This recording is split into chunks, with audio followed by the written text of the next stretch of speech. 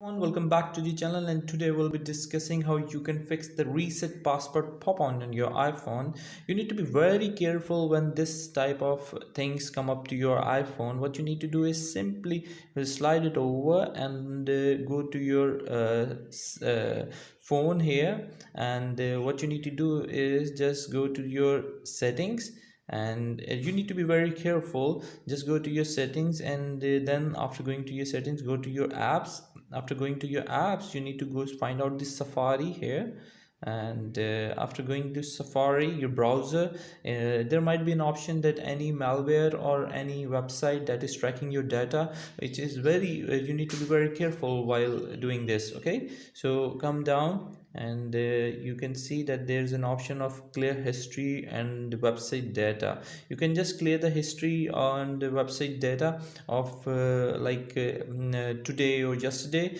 but in my case I'm deleting all of the history so that this error doesn't come up. And after deleting all of the data from Safari, what you need to do here is just reset your phone by holding the power button and reset your phone. After resetting your phone, when it will come back to the home screen, go to your settings, and after going to your settings, what you need to do is go to your ID here, and after going to your ID here, just go on your sign in and security from your ID.